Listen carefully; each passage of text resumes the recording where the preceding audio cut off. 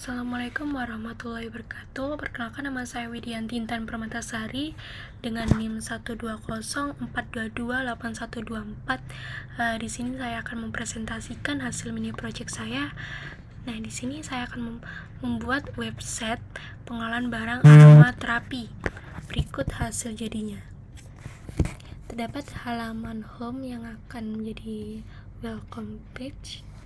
Kemudian ada biodata saya sendiri.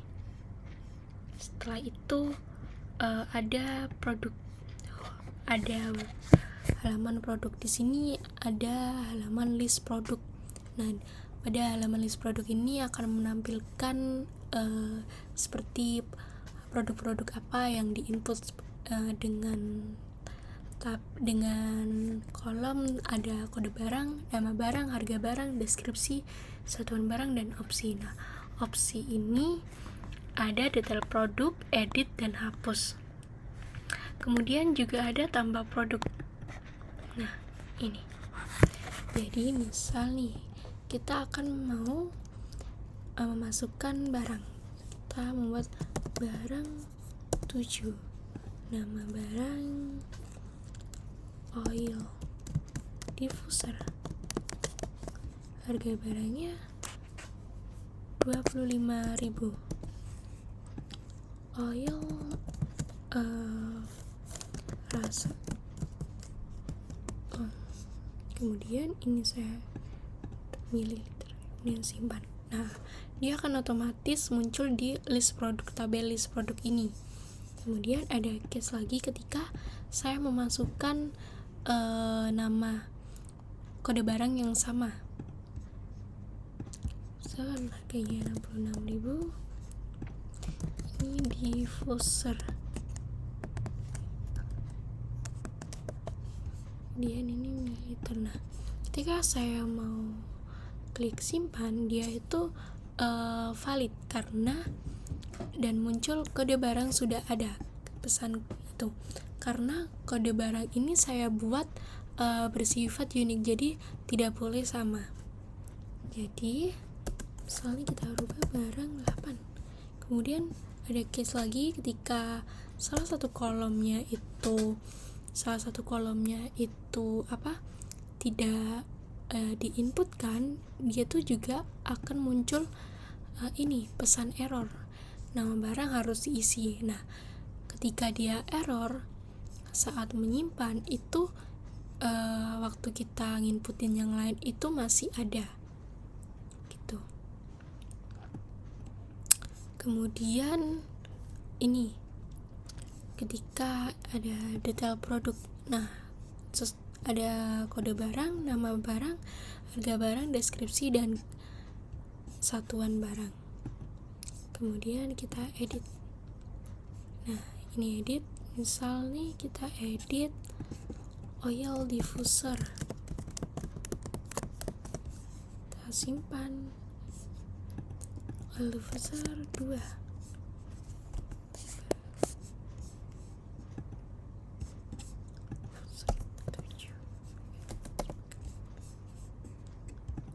Nah, dia otomatis akan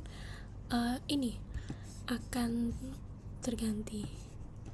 Kemudian bagaimana untuk menghapusnya? Ini kalau mau menghapusnya.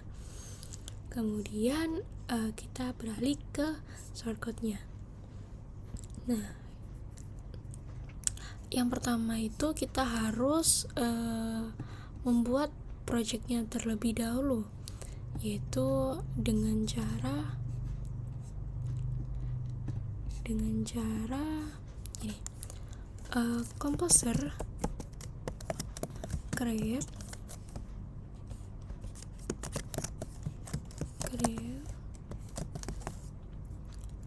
project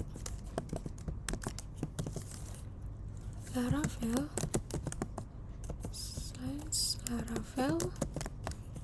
kemudian master barang.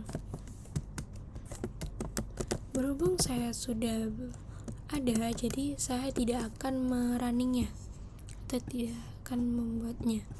Kemudian setelah projectnya terbuat, kita masuk ke direktorinya. dengan cara cd master barang UTS. Nah, akan otomatis dia akan masuk ke folder master barang UTS. Nah, setelah itu kita akan menginstal package Laravel UI dengan cara composer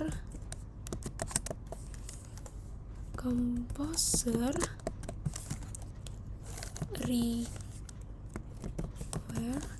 Laravel UI. Nah, ini tuh digunakan untuk menambahkan atau menambahkan paket atau fitur-fitur pada Laravel UI-nya. Kemudian kita akan menginstal struktur dasar berbasis CSS framework Bootstrap untuk project Laravel-nya sendiri, yaitu dengan cara PHP artisan UI Bootstrap. Nah, ya otomatis akan menambahkan. Setelah itu install npm untuk complex foldingnya untuk Bootstrap, yaitu dengan cara npm install. Setelah itu kita akan menjalankan local development server Laravel-nya sendiri, yaitu dengan PHP artisan server. Nah, dia otomatis akan running tuh, akan mengkonekkan. Kemudian untuk Laravel Fit-nya, nah pertama-tama itu kita download dan install dulu Node.js-nya di websitenya. Kemudian kita itu ketika berhasil, dia itu bisa memeriksanya di project kita, yaitu dengan cara ini node strip v dan npm strip v. Nah, setelah itu kita menerapkan fitur refreshing on save itu pada ini fed-config.js. Nah, terdapat properti refresh bernilai true, artinya ini mengaktifkan fungsi refresh secara otomatis oleh fed ini. Jadi ketika file di dalam daftar inputan itu berubah atau di dalam project itu kita berubah, terus kemudian kita save, itu akan websitenya itu nge-reload sendiri secara otomatis atau memperbarui tampilannya secara otomatis. Nah, secara keseluruhan program ini tuh mengkonfigurasi Laravel dengan ini fed ini sendiri dan plugin Laravel Fed plugin. Nah, buka file pada file resource.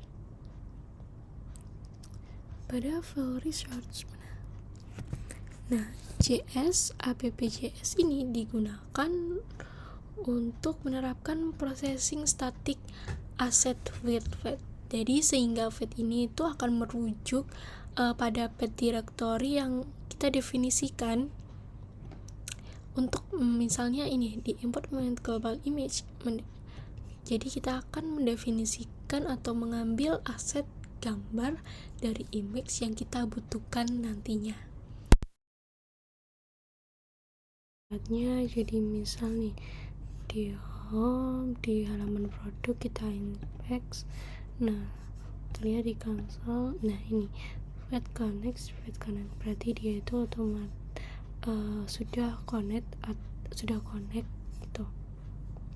Nah, kemudian di tahap untuk men-generate controller, yaitu dengan cara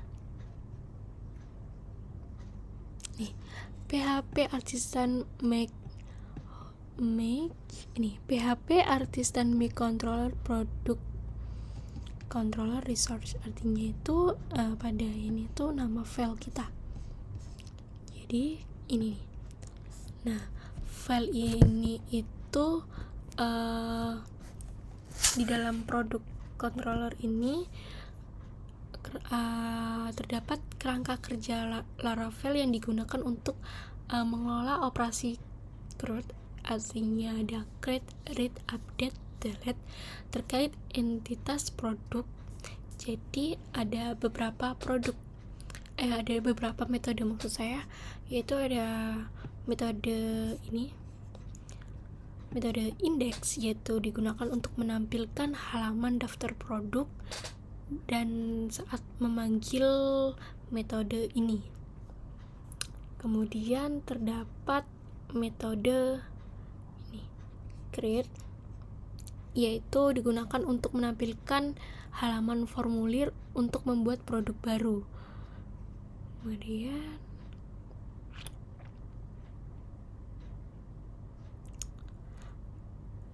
ini ada metode store. Nah, metode ini itu digunakan untuk menyimpan produk ke dalam penyimpanan. Nah, pertama itu ada validator, digunakan untuk memvalidasi input dari permintaan request ini. Jika gagal, pengguna akan diarahkan atau kembali ke halaman sebelumnya dengan pesan error ini yang didefinisikan di message ini. Kemudian jika validasi berhasil, data produk akan disimpan ke dalam penyimpanan, yaitu ke dalam storage ini sendiri, dan pengguna akan diarahkan kembali pada daftar produk dengan pesan sukses. Kemudian ada metode show, digunakan untuk menampilkan detail produk tertentu berdasarkan ID-nya. Kemudian ada metode atau fungsi edit, yaitu digunakan untuk menampilkan halaman formulir untuk mengedit produk tertentu berdasarkan ID-nya. Kemudian ada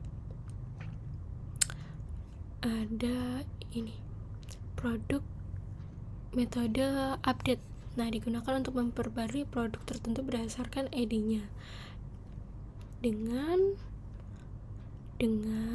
menggunakan data yang dikirim melalui request ini. Kemudian terdapat metode destroy. Nah, metode ini itu digunakan untuk menghapus produk tertentu berdasarkan ID-nya. Nah, contoh nih, ketika di index ref product create.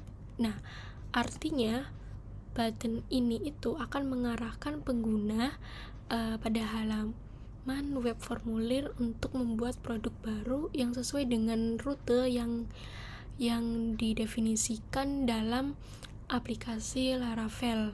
Nah, rute ini tuh berkaitan dengan metode create yang tadi yang sudah dibuat dalam produk controller. Kemudian pada resource ada resource produk ini. Artinya pada baris ini itu rute ini secara otomatis menangani operasi create, yaitu create, read, update, delete terkait entitas produk, dan rute ini akan menghubungkan rute-rute terkait dengan metode-metode yang disesuaikan di dalam produk controller. Kemudian membuat skema database. Nah, pertama dibuka phpMyAdmin localhost. Nah, di sini itu kita awalnya itu belum ada masalah, kita buat nama database-nya yaitu master barang database. Kemudian sebelumnya tidak ada tabel-tabel ini. Lalu bagaimana untuk menambahkan atau menampilkan tabel-tabel ini, yaitu dengan cara membuat skema dan dengan migration. Namun pertama-tama kita rubah dulu di DP database ini diganti menjadi master barang UTS sesuai dengan nama databasenya. Nah, kemudian untuk membuat skemanya itu ada tabel unit dan produk, karena di dalam database master barang UTS ini terdapat dua tabel, yaitu unit dan produk. Nah, caranya itu untuk menambahkan ini mengetik php artisan make migration create units atau produk tabel, disesuaikan dan diketik di terminal. Ya, ini. Nah, jadi pada tabel produk ini akan dibuat skema tabel produk dengan beberapa kolom dan pengaturan tertentu. Contohnya pada kolom ini, kolom produk kode, yang artinya dia itu memiliki tipe data string dengan memiliki constraint yang unik, yang berarti setiap nilai itu di dalam kolom produk kode ini tuh harus berbeda, tidak boleh sama dan atau harus unik gitu. Nah, kemudian ada kolom produk name, dia itu bertipe data string atau varchar. Kemudian produk P itu kita definisikan atau memiliki tipe data integer. Ada produk description dengan kita memiliki tipe data teks. Kemudian ini kolom unit product ID, artinya kolom ini itu menjadi foreign key yang mengacu pada kolom ini, kolom ID dalam tabel produk. Nah, ini tuh diimplementasikan menggunakan metode foreign ID di Laravel dan dihubungkan menggunakan metode constraint. Nah, hal ini itu akan mengkonstrain relasi antara kolom ini dengan kolom produk. Kemudian pada kolom unit, artinya di dalam tabel unit ini terdapat kolom unit kode bertipe data string dan unit name bertipe data string. Kemudian kita jalankan php artisan migrate untuk mengkoneksikan ke database atau menjalankan migrasinya. Jadi secara otomatis dia itu akan muncul tabel-tabelnya. Lalu untuk itu membuat seeder Laravel untuk membuat dummy data pada tabel. Caranya php artisan make seeder unit seeder atau produk seeder. Nah, ditulis di dalam terminal. Nah, file ini itu akan tergenerate pada migration seeders. Nah, ini di dalam ini unit seeder ini terdapat mengimport kelas DB yang terdapat dalam framework Laravel. Nah, kelas DB ini itu menyediakan berbagai metode untuk berinteraksi dengan database. Nah, selanjutnya di bawah ini ada array yang berisi tipe 3 elemen. Maksudnya ada 3 elemen. Nah, setiap elemen itu merupakan sebuah array asosiatif dengan dua kunci, yaitu unit code dan unit name. Jadi misalnya nih unit name, kita memilih unit name-nya mililiter, jadi unit code-nya ml gini. Kemudian jadi setiap elemen array-nya tersebut itu menyatakan kode dan nama unit yang akan diinsert ke dalam tabel. Sedangkan di produk seeder mengarahkan tabel produk, kemudian panggil memanggil metode insert, lalu didefinisikan datanya. Nah, kita sesuaikan dengan kolom dan datanya. Contohnya nih, produk kode ini tuh sebagai kolomnya dan PRG1 itu sebagai datanya. Kemudian di dalam database seeder ini kita dapat mendefinisikan unit seeder dan produk seeder. Nah, jadi itu mendefinisikan file seeder yang akan dieksekusi dalam metode run ini. Sehingga ketika kita menjalankan script seeder, file yang pertama kali dieksekusi adalah unit ini. Adalah database seeder dengan menggunakan this call dan memanggil seeder class yang kita definisikan sebelumnya. Kita akan eksekusi file seeder tersebut dengan cara php artisan db.2 seed. Kemudian menerapkan validation pada form input dan form edit. Nah, untuk menerapkan validation from input pada ini create balik php pada ini dulu product controller product controller ini benar di dalam store ini saat menyimpan produk data ke dalam database yang saya bilangkan tadi, terdapat array message yang berisi pesan-pesan validasi untuk setiap validasi yang didefinisikan. Pesan-pesan ini tuh akan ditampilkan jika validasi tersebut gagal. Nah, code required. Jadi ketika kodenya ini, kode produknya ini dikosongin, maka akan muncul kode barang harus diisi pesannya karena error. Kemudian kita menggunakan validator untuk memvalidasi data yang diterima dari request. Contohnya nih, untuk PR code ini dia harus unik pada tabel produk.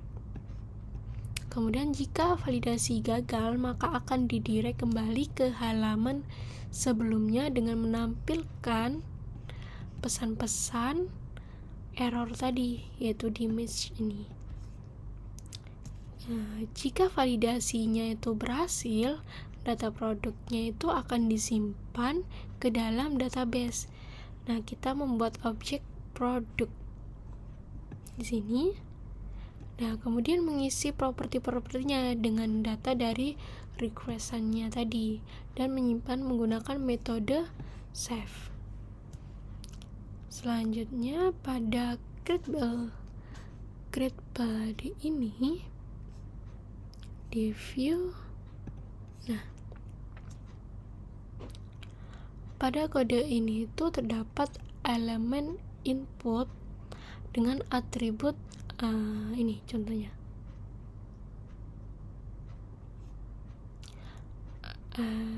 Contohnya ini atribut ini tertulis nih ID PR code, kemudian terdapat error validasi untuk file PR code, maka akan salah. Nah, pada kode ini terdapat elemen input dengan atribut ID dengan nama bernama nih contohnya produk PR code dengan nama PR kode dengan nilai input ini akan diisi dengan nilai lama, out value. Nih, out value dari field PR code. Kemudian terdapat error validasi untuk field PR code, maka akan ditambahkan nih CSS untuk menampilkan ini is invalid-nya.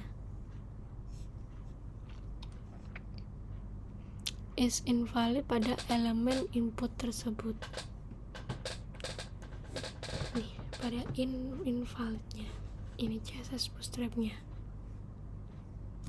Kemudian terdapat blok ini, error PR code ini yang akan dieksekusi jika terdapat error validasi untuk field PR code. Di dalam blok ini juga akan menampilkan pesan error validasi dengan menggunakan message yang merupakan pesan error yang telah ditentukan sebelumnya pada array message pada product controller. Nah, begitu juga di edit ini, di edit PHP dengan edit itu juga sama.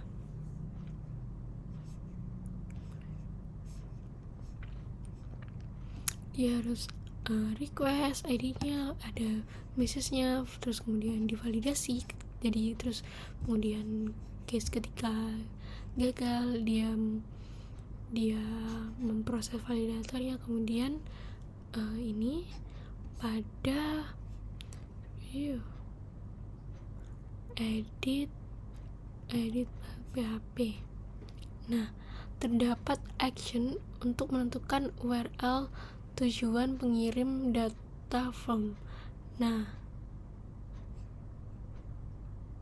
ini actionnya ini. Nah, artinya itu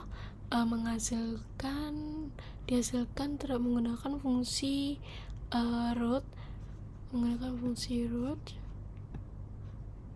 dengan parameter produk update ini dan array produk ID. Berarti ini tuh data form akan dikirim ke root dengan nama produk update dan akan memasukkan ID produk sebagai bagian dari URL. Kemudian menerapkan template pada folder view. Terdapat ini folder lagi layout, kemudian nih navbar build PHP. Nah, program ini tuh digunakan untuk memindahkan kode program bagian navigasi atau nav section yang sering digunakan di berbagai file view. Nah, jadi bagaimana untuk menjadikan satu agar tidak menulis lagi? Itu begini caranya di nav build PHP. Nah, terdapat PHP create route name, current route name. Artinya itu program ini tuh digunakan untuk mendapatkan nama route saat ini dan file view Laravel, sehingga untuk menyimpan nilai dari route current ini ke dalam variabel ini current route name. Kemudian mendefinisikan layout utama pada file view baru pada direktori app build PHP. Nah, ini jadi itu file ini tuh dijadikan template utama pada aplikasi web kita. Nah, dalam template ini kita akan mendefinisikan struktur dasar dari halaman HTML-nya sendiri.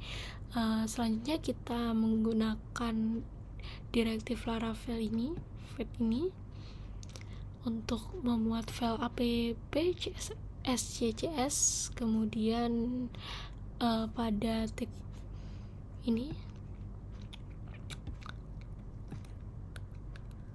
berisi konten dari halaman. Nah, di sini tuh kita memasukkan view layout nav menggunakan direktif include layout nih. Jadi view ini tuh akan menyertakan kode untuk menampilkan navbar yang akan digunakan di setiap halamannya. Nah, kemudian kita ini direct connect, yang artinya itu akan membuat konten spesifik dari setiap halaman yang menggunakan template ini. Nah, bagian ini tuh menjadi tempat dimana konten dari halaman-halaman tersebut akan dimasukkan. Kemudian yang terakhir itu ada feed ini, resort.js ini digunakan untuk memuat file app.js yang akan memuat JavaScript yang diperlukan dalam website kita. Selanjutnya membuat template untuk default control.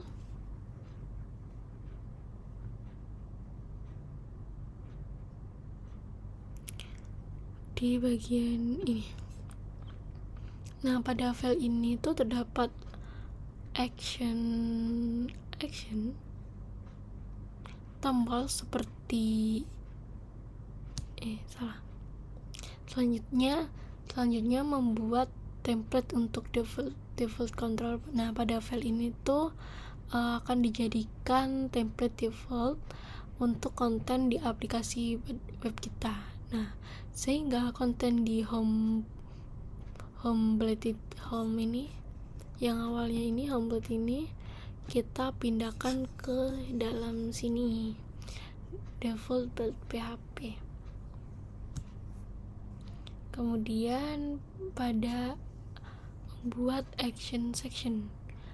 Nah, ini pada file edit terdapat tombol detail terdapat di indeks. Nah, terdapat ini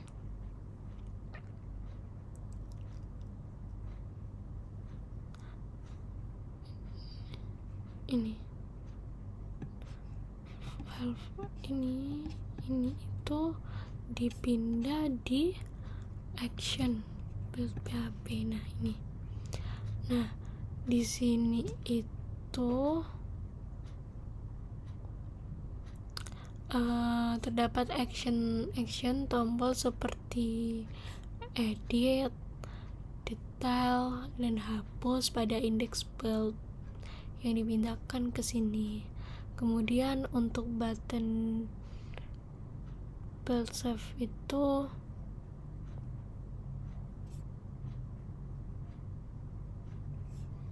ini gini.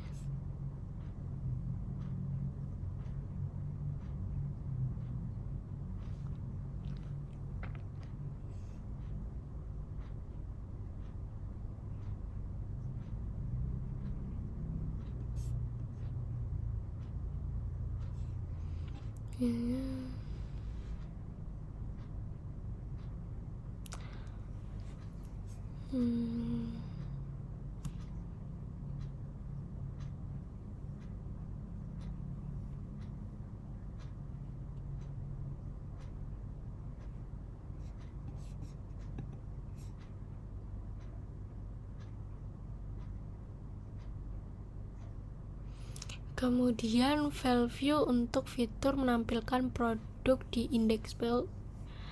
Nah, ini nih. Nah, kita berikan extend layout app,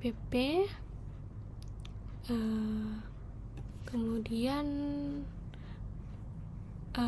mengimplementasikan dynamic content dengan mendefinisikan ini section konten ini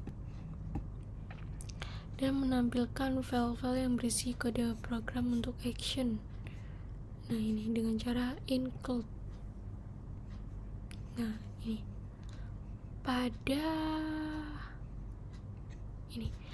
TD rupiah ini itu artinya itu menggunakan direct rupiah untuk memformat nilai tersebut. Nah, menjadi format mata uang rupiah yang sudah diformat pada ini file app provider di app service procedure. Nah, ini di function put. Nah, kita definisikan terlebih dahulu atau atur terlebih dahulu. Kemudian untuk file input pada create balade ini, nah pada create balade ini itu sama, namun ditambah manggil physical program yang seperti saya bicarakan ini, include product button save, karena pada button save ini terdapat ini button batal dan button simpan yang digunakan untuk di edit maupun di tambah produk, jadi tidak ditulis kembali.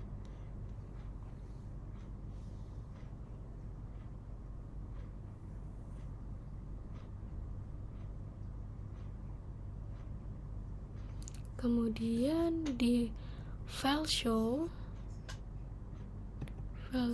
ini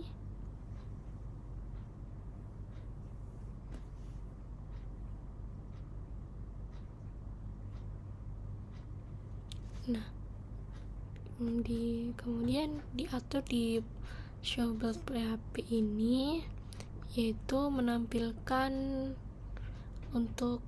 detail produk, dan pada file edit build untuk fitur from edit product.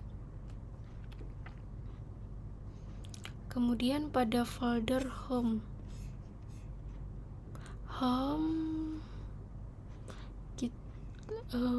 file home. Nah, ini kemudian pada ini file ini itu artinya extend layout app, berarti itu kita akan menggunakan layout dengan nama ini app sebagai template utama. Kemudian section content, yaitu artinya itu bagian ini tuh mengisi konten di dalam layout isi konten tersebut, jadi ditampilkan di area yang ditentukan dalam layout app. Kemudian di ini include default, kemudian di include ini berarti kita itu menyisipkan atau memasukkan tampilan default ke dalam tampilan konten. Jadi itu dengan menggunakan template inheritance ini, kita tuh dapat membuat struktur tampilan yang konsisten dan memudahkan pengelolaan tampilan dalam aplikasi Laravel.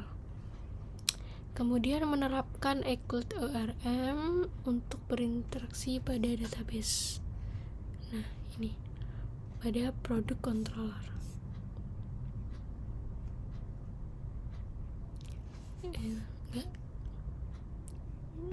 Dan di produk ada model produk dan model unit. Nah, pada model unit ini tuh memiliki metode produk yang mendefinisikan relasi dengan model produk. Nih, metode ini tuh menggunakan metode has-many untuk menunjukkan bahwa satu unit itu dapat memiliki banyak produk. Dengan menggunakan relasi ini, kita itu dapat mudah mengakses produk yang terkait dengan suatu unit dalam aplikasi Laravel. Jadi memungkinkan kita itu untuk melakukan berbagai operasi seperti mengambil daftar produk, menambahkan produk baru, atau melakukan operasi lainnya yang berkaitan dengan hubungan antara unit dan produk. Kemudian di sini di produk. Nah, sedangkan di modul produk ini memiliki metode unit yang mendefinisikan relasi dengan model unit. Nah, metode ini itu menggunakan metode be belongs to, yang artinya itu menunjukkan bahwa suatu produk dimiliki oleh satu unit. Nah, dalam relasi ini tuh kolom unit produk ID pada tabel produk digunakan untuk sebagai kunci asing atau foreign key untuk menghubungkan produk dengan unit yang sesuai. Nah, dengan menggunakan relasi ini kita itu dapat mudah mengakses unit yang terkait dengan suatu produk dengan aplikasi Laravel. Misalnya, kita dapat mengakses nama unit produk dengan menggunakan produk unit repeat time. Nih, pada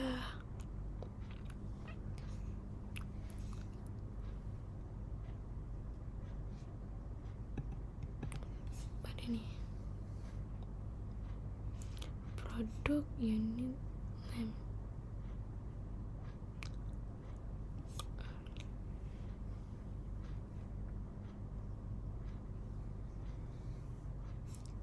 Itulah pada sini bagian sini yaitu unit name. Nah, kemudian untuk penerapan query pada controller ini di produk controller.php. Nah, terdapat index.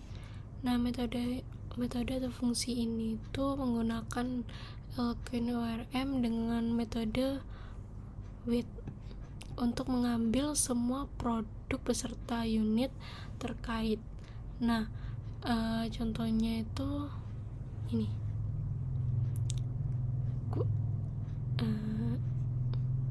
Ini tuh menggunakan query select, yaitu mengambil data dari tabel produk dengan relasi ke tabel unit.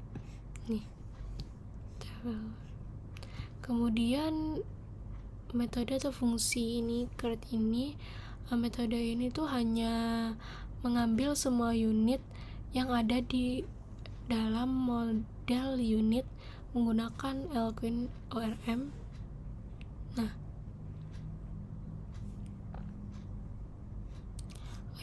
jangan lupa untuk menambahkan ini use model produk dan use model unit.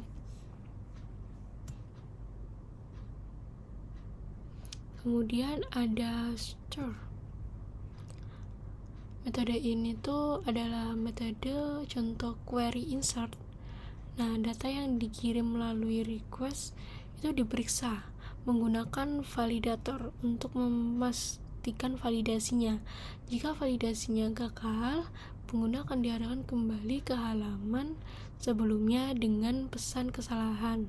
Jika validasinya itu berhasil, maka itu sebuah objek produk produk baru dibuat dan disimpan ke dalam tabel produk dengan menggunakan metode save.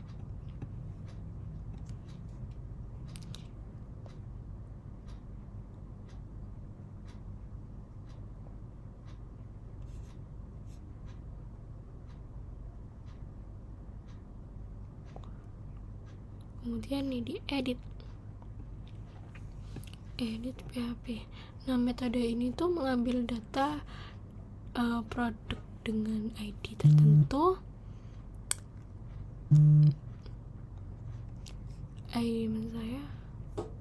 Nah, di metode edit atau fungsi edit ini tuh mengambil data produk dengan ID tertentu dari tabel produk menggunakan Eloquent ORM. Nah, ini tuh contohnya itu menggunakan query select untuk mengambil produk yang diedit. Kemudian ada update. Nah, update ini. Nah, metode ini tuh contoh query update.